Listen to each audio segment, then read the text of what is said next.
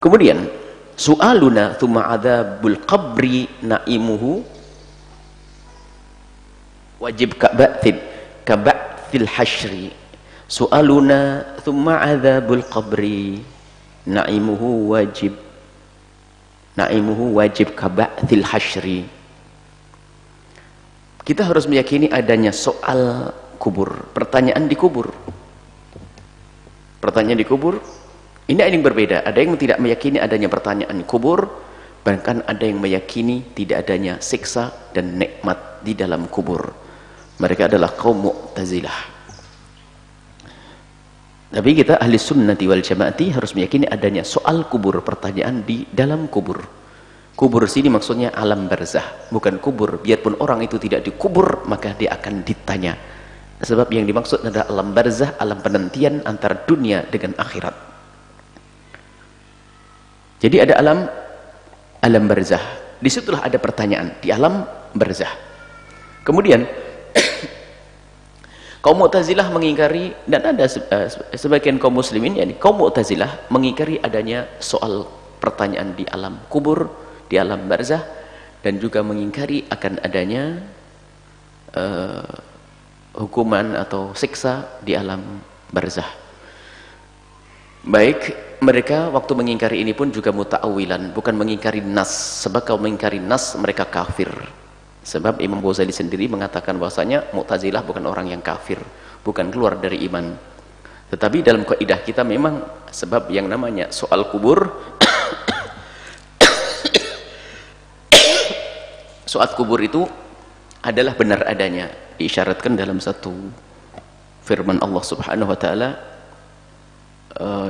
yuthabbitullahu alladhina amanu bil qawli tsabit. Allah akan menguatkan orang-orang yang beriman nanti bil qawli tsabit. Dan disebut bahasanya ceritanya Rasulullah bercerita qaul tsabit. Di situ apa? Nabi Muhammad mengatakan kalau seorang hamba itu di alam barzah kemudian ditanya oleh malaikat kok bisa bersyahadat yang benar, maka itulah qaul tsabit. Qaul tsabit. Jadi qaul tsabit ini adalah bisa ditanya oleh malaikat dengan benar. Ini tafsiran dari baginda Nabi SAW di saat Nabi menjelaskan tentang ayat yuthabbitullahu alladhina amanu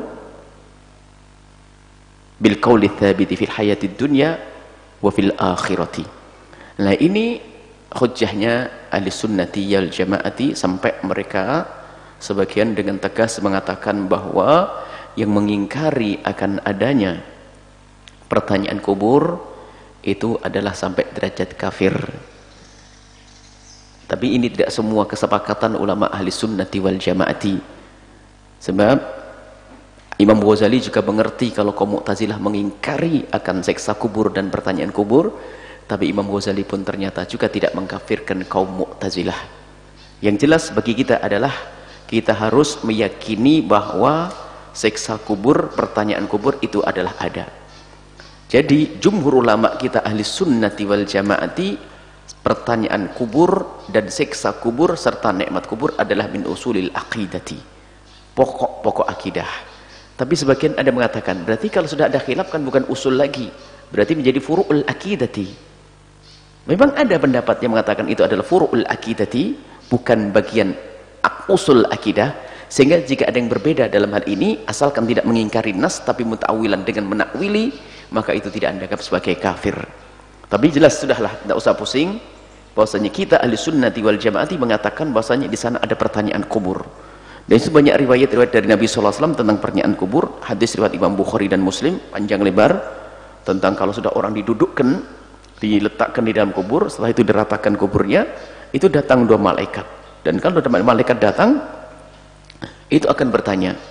Dan pertanyaan malaikat itu nanti jika tidak dijawab dengan benar, maka orang ini akan dipukul. Dan pukulan ini dan jeritan orang yang dipukul ini akan didengar oleh semua makhluk, kecuali manusia dan bangsa jin. Ini adalah hadis-hadisnya dari Nabi SAW tentang pertanyaan kubur.